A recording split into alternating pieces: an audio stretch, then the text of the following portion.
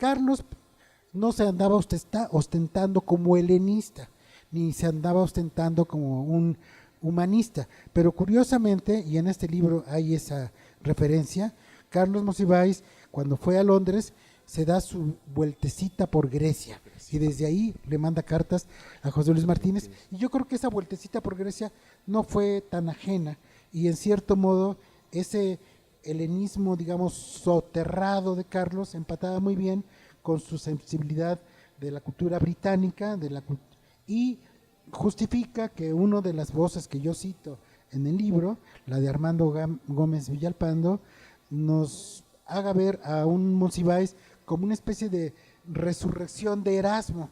Parecería un poco profano, pero hay algo de erasmismo en Monsiváis por la gran liberalidad que está en el proyecto cultural de Monsiváis.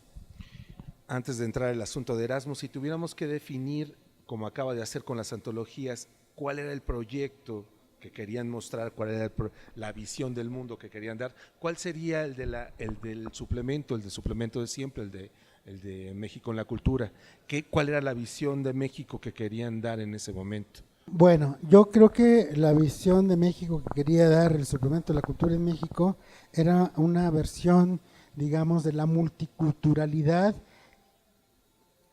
y de la pluralidad social de ese momento y de lo que estaba pasando. Es decir, había un discurso oficial, había un triunfalismo como siempre lo hay o se tiende a que lo haya cuando está desde el poder, y en ese momento lo que habría es una idea de romper eso y hacer ver que había un país más amplio, no solo en términos de demografía, sino de problemática y de conflictos, y estar abriendo las puertas de los focos rojos, de los focos amarillos que se estaban, y de las luces verdes también, que se estaban dando en el país.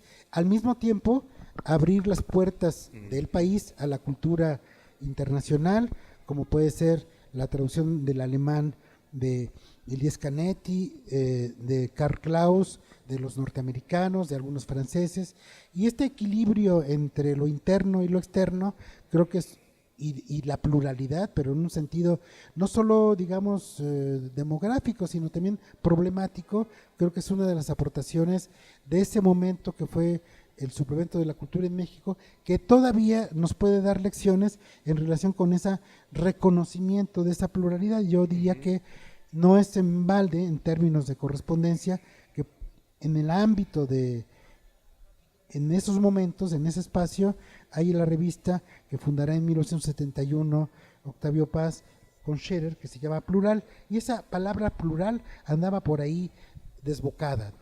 Sí, y hay un nombre que se le fue, pero que me gustaría rescatar porque creo que es muy importante además para la obra de Monsiváis especialmente, que es Walter Benjamin. Se publicaron, por ejemplo, traducciones, tengo entendido, de Bolívar Echeverría, justo ahí en el suplemento, de algunas cosas de Benjamin, y supongo que muchos de esos planes, muchas de esas teorías que tanto le encontraban después a Monsiváis, se vieron reflejadas ahí, ¿no? En efecto, me parece una buena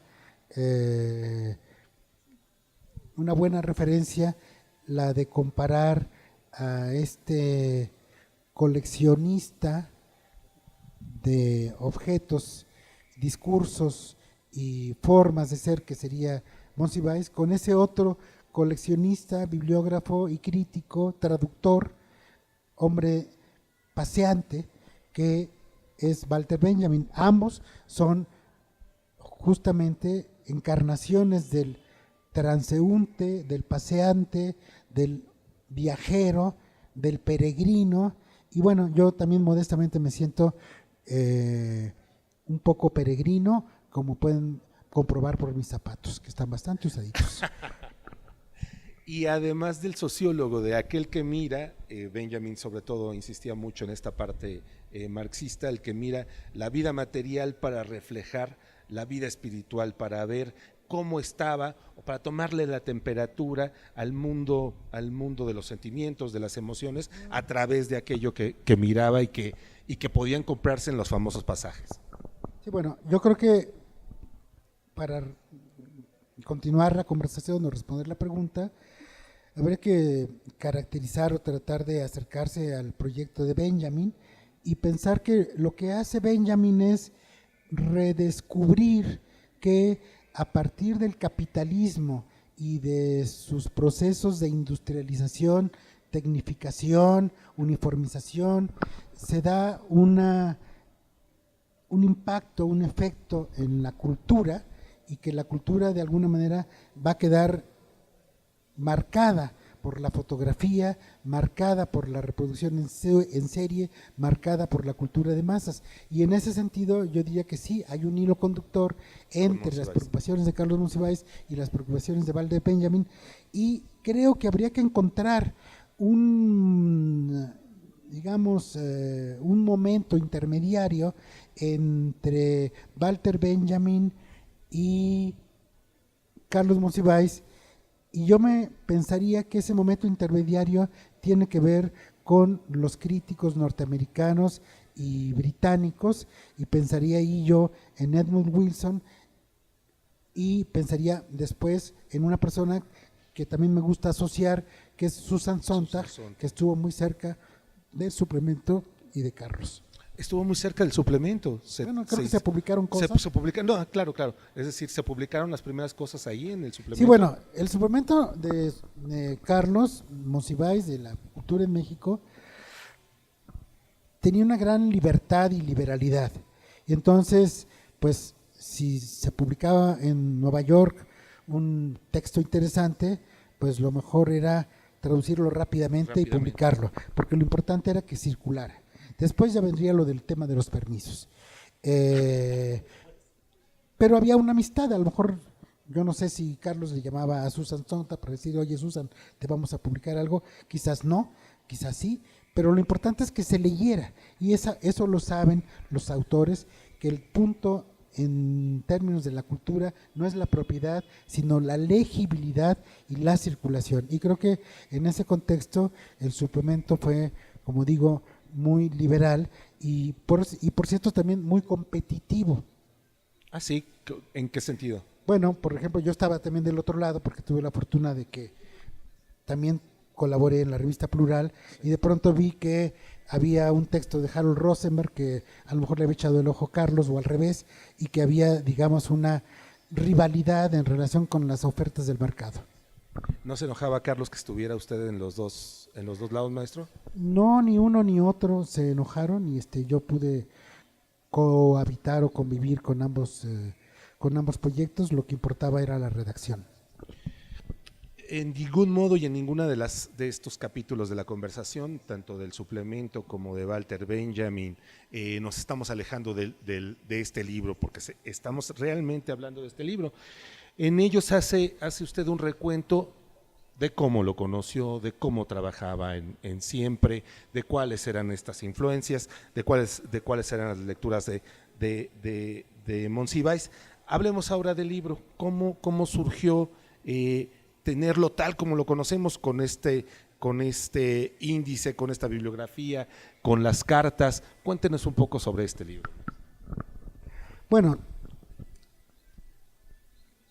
todo tiene que ver un poco con el azar, o mucho con el azar.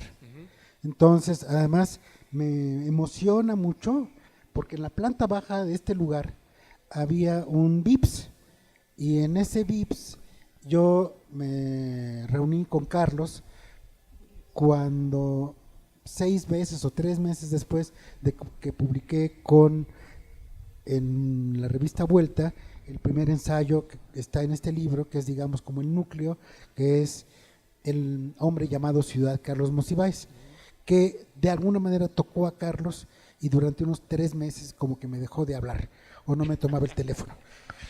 Después ya nos contentamos, o bueno, nos vimos para platicar, y curiosamente nos vimos para platicar en el Vips que estaba acá en la planta baja. Eso me emociona mucho. Y entonces ahí hubo como un primer momento en relación con la creación de este libro, porque yo, después de ese ensayo y de lo que platiqué con Carlos, sentí que tenía que seguir escribiendo sobre Monsiváis, y así lo hice. La primera edición de este libro se publicó en el gobierno de la Ciudad de México gracias a Eduardo Moches. Pero, ¿qué fue lo que platiqué con Monsiváis aquí en el Vips, en ese café? Una de las cosas que dice el texto de Un hombre llamado Ciudad es que a Monsiváis le interesaba mucho el tema de estar donde estaba la gente, de estar donde estaba la compañía, el calor humano, el pueblo, la masa. Y eso de alguna manera yo lo traté de decir de una manera u otra, y era una de las cosas que más le había llamado la atención y que más le había tocado. El otro tenía que ver con un tema distinto, que es el tema de la puntualidad e impuntualidad, que yo convertí de alguna manera en una especie de método para interpretar a Carlos. No solo ya que fuera puntual físicamente, sino en términos, digamos, históricos. Entonces, seguí escribiendo sobre Carlos, publiqué el ensayo, el primer libro con Eduardo Moches, que fue muy generoso en el gobierno de Ciudad de México, y después me di cuenta de que ese libro se había agotado y que andaba en la red, y que los textos estaban en la red de la primera edición del libro publicado por el gobierno de Ciudad de México de Moches. Y cuando murió Carlos, pues yo me sentí muy desamparado, y una de las formas de traducir ese desamparo fue empezar a hacer este recortadero de periódicos para ver dónde aparecían esquelas registrando su fallecimiento, su muerte, los sitios electrónicos. Y bueno, poco a poco se fue conformando, digamos, un montón de papeles. Y en algún momento dado, hablando con Juan Luis Bonilla, a él se le ocurrió decir, oye, ¿por qué no haces un libro sobre Monsiváis con todo lo que tienes? Traté de armar lo que tenía, escribí quizás algunos 2 textos nuevos, y sobre todo sistematicé y organicé muy bien, hasta donde pude, el tema de las referencias en internet, las referencias de la hemerografía póstuma parcial, que de hecho, y eso me da un cierto orgullo, creo que a pesar de que el monumento nacional mexicano literario es Octavio Paz, pues no hay una hemerografía póstuma parcial de Octavio, en cambio sí la hay de Carlos. Y una bibliografía de Carlos. Traté de hacer una bibliografía porque quizás yo no soy, digamos, un escritor, pero sí sé que soy un fichógrafo y que puedo hacer bien fichas, y que soy un hombre en ese sentido. Me identifico con Benjamin, porque París, capital del siglo XIX, no es un libro de ensayos, es un libro de citas. Y a Carlos le encantaba también estar haciendo citas. Bueno, entonces se fue haciendo, y creo que ha tenido cierta fortuna, por lo que veo y me dice Juan Luis, no solo en México, sino también en España y en otros lugares. Dice que platicó aquí con Monsiváis en un Vips que estaba aquí abajo, sobre Carlos y el público y la masa. Lo llama en este libro el último intelectual público. ¿Qué es un intelectual público y por qué Carlos sería el último?